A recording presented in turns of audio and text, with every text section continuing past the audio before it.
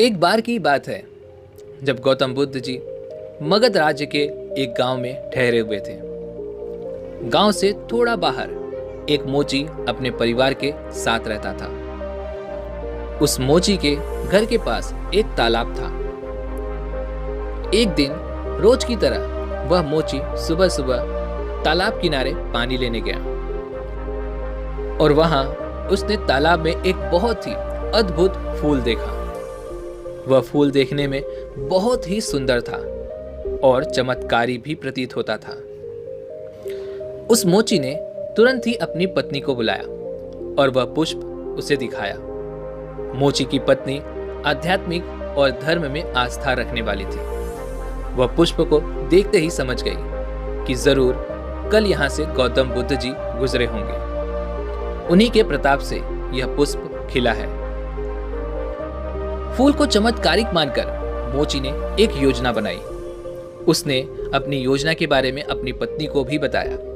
वह इस पुष्प को राजा को देगा और राजा से इसके बदले में वह स्वर्ण मुद्राएं लेगा।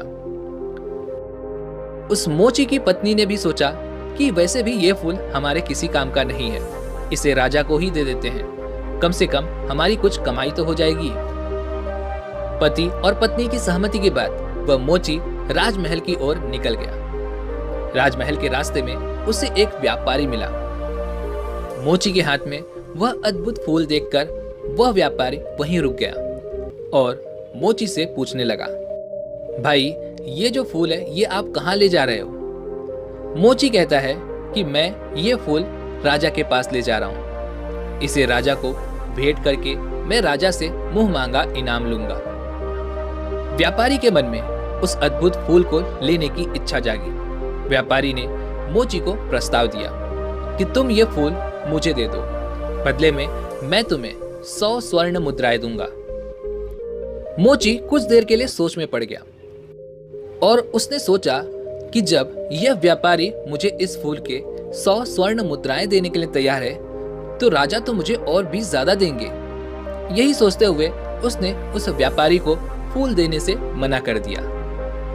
वह मोची थोड़ा सा आगे चला ही था कि उसे रास्ते में राजा आते हुए नजर आए, जो गौतम बुद्ध के दर्शनों के लिए जा रहे थे। राजा भी मोची के हाथ में वो दिव्य फूल देखकर अचंभित हो गए।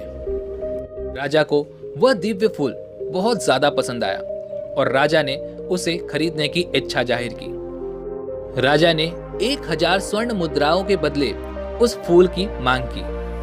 यह सुनने के बाद उस मोची के मन में एक अजीब सी चेतना जाग उठी और वह राजा को वह फूल न देकर दौड़ता हुआ सीधे महात्मा बुद्ध के पास जा पहुंचा। महात्मा बुद्ध उस मोची को देखकर थोड़ी सी हैरत में पड़ गए। उन्होंने मोची से पूछा तो मोची ने उन्हें सारी बात बताई कि वह फूल उसे अपने पास वाले तालाब में मिला, जिसे लेकर वो राजा के पास जा रहा था। लेकिन राजा से पहले उसे व्यापारी मिला और उसे खरीदने की इच्छा जाहिर की और उस फूल के बदले वह उसे 100 स्वर्ण मुद्राएं देने के लिए तैयार था। लेकिन वह इस फूल को सिर्फ राजा को ही देना चाहता था, जिसके लिए राजा भी उसे 1000 स्वर्ण मुद्राएं देने के लिए तैयार थे। लेकिन यह फूल लेकर मैं आपकी शरण में आ गया हूँ। इसके बाद मोची ने वह फूल महात्मा बुद्ध के चरणों में अर्पित कर दिया और उनसे कहा कि पहले तो मेरे मन में यह फूल देखकर लालच आ गया था, लेकिन अब मैं समझ गया हूं कि जिसकी छाया पड़ने से ही एक फूल इतना दिव्य हो गया, अगर उसकी शरण में मैं चला जाऊं तो मेरा जीवन भी धन्य हो जाएगा। इसके बाद वह आजीवन महात्मा बुद्ध का शिष्य बनकर रहने लगा। दोस्तों, इसी तरह से इस कहानी ने हमें यह सिखाया कि हमारी जिंदगी में भी बहुत सी ऐसी चीजें हैं जिसके प्रति हम आकर्षित हो जाते हैं, लेकिन हमें उनके लालच में न फंसकर अपने ज्ञान का प्रयोग करके सही राह को चुनना चाहिए।